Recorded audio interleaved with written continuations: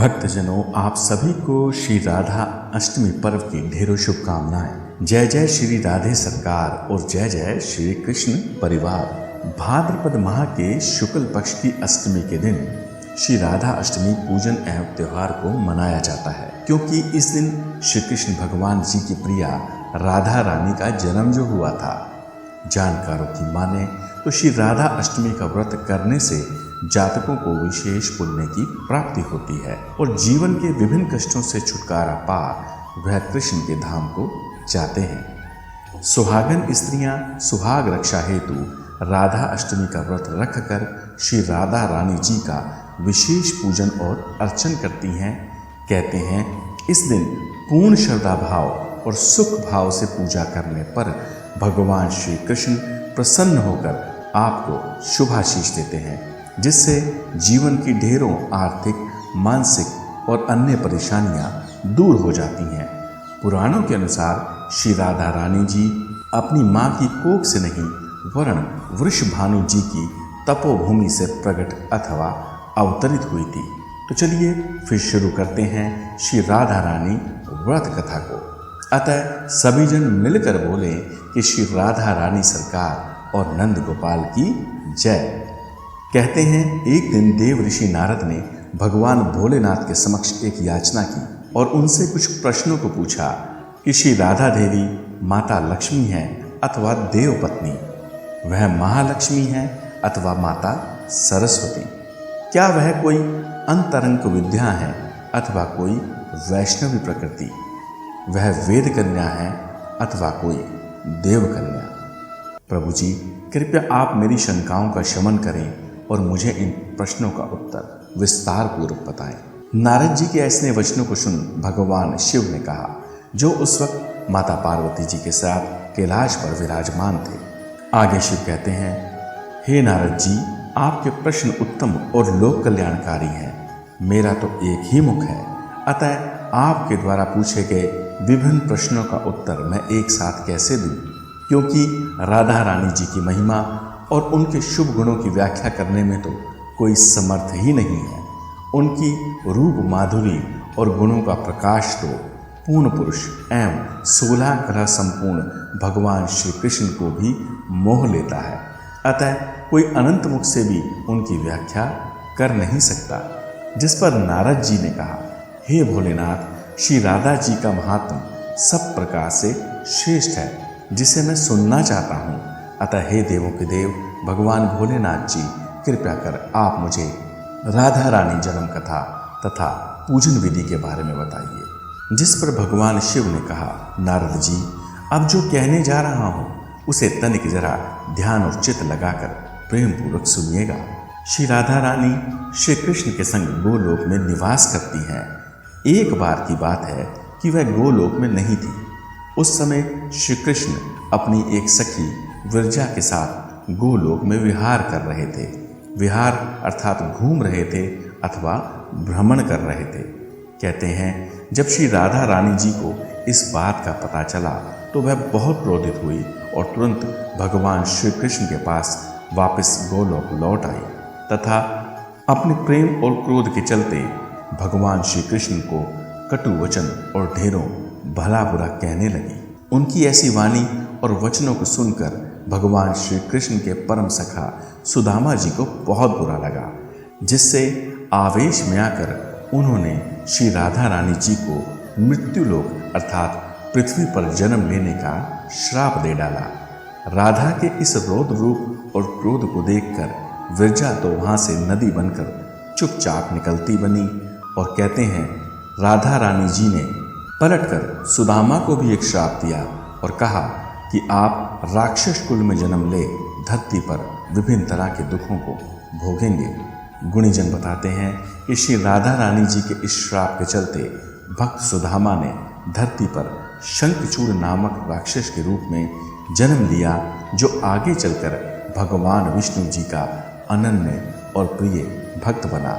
दूसरी ओर सुदामा के श्राप के प्रभाव से राधा रानी जी धरती पर वृषभानु जी के घर में जन्म लेती हैं, अर्थात वह उनके तपोस्थल पर अवतरित होती हैं।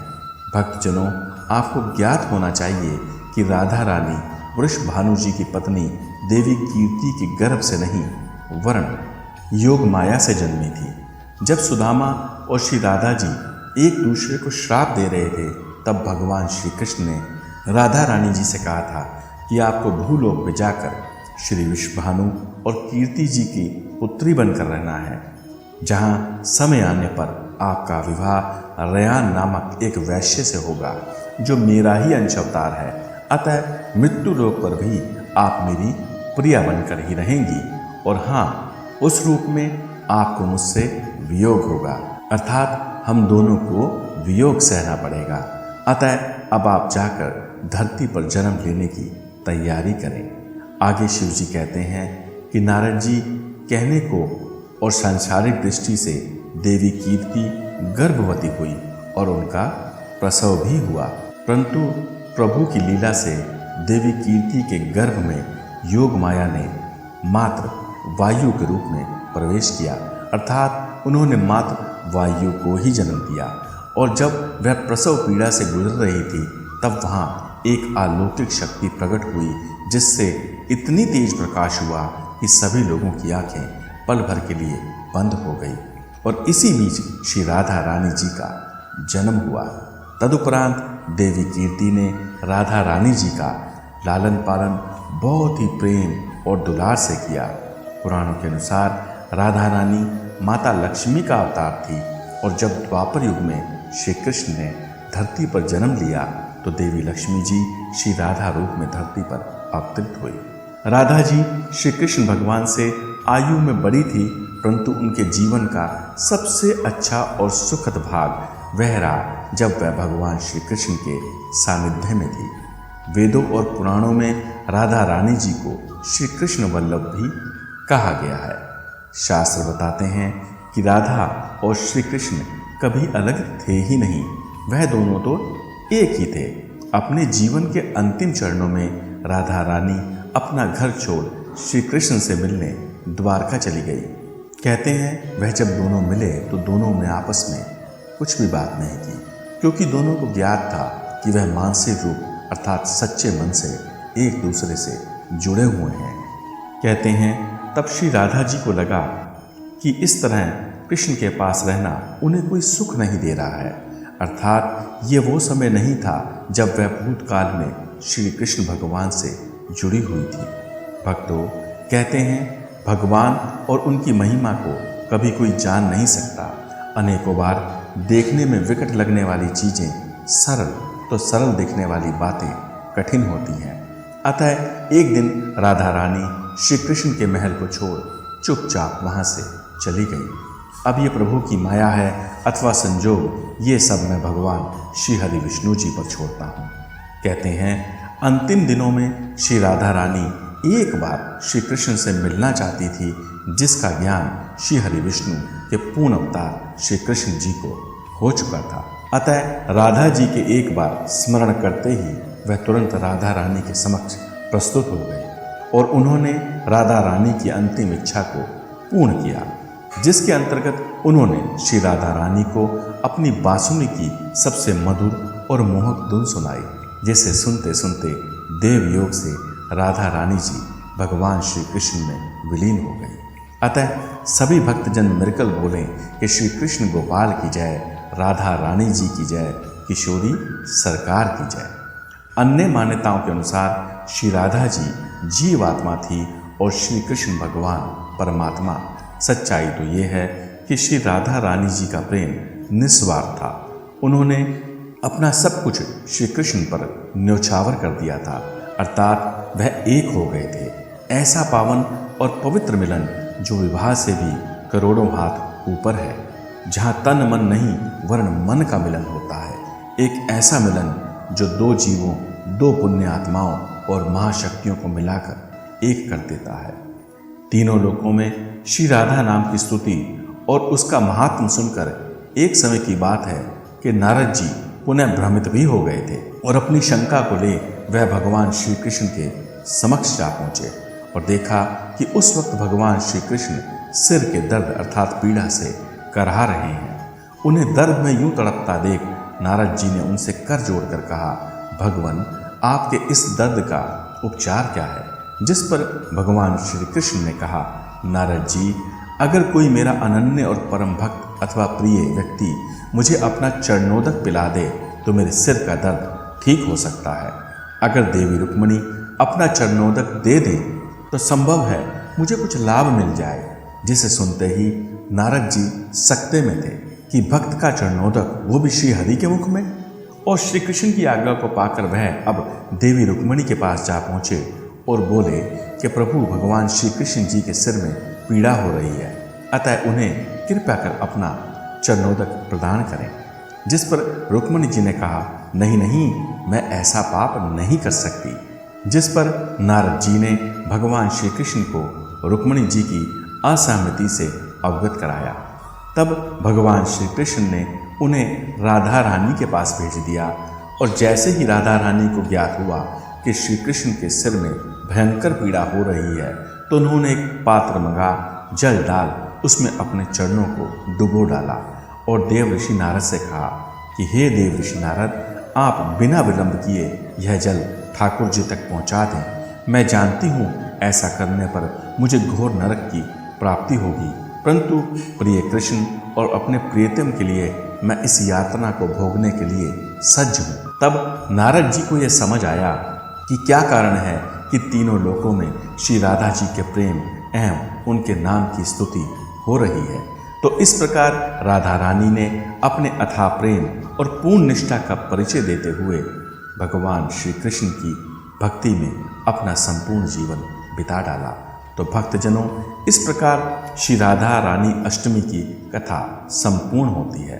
तो चलिए अब जानते हैं श्री राधा रानी अष्टमी की पूजा विधि। भाद्रपद मास के शुक्ल पक्ष की अष्टमी के दिन स्नान आदि से निवृत्त होकर स्वच्छ वस्त्र को धारण कर भगवान श्री कृष्ण एवं राधा रानी की सर्वप्रथम आप पूजा करें। सबसे पहले उन्हें आप पंचामृत से स्नान कराएं, तदुपरांत उनका श्रृंगार कर उन्हें भोग अर्पित करें। उसके बाद धूप, पुष्प और यथाशक्ति मिष्ठान इत्यादि अर्पण करें।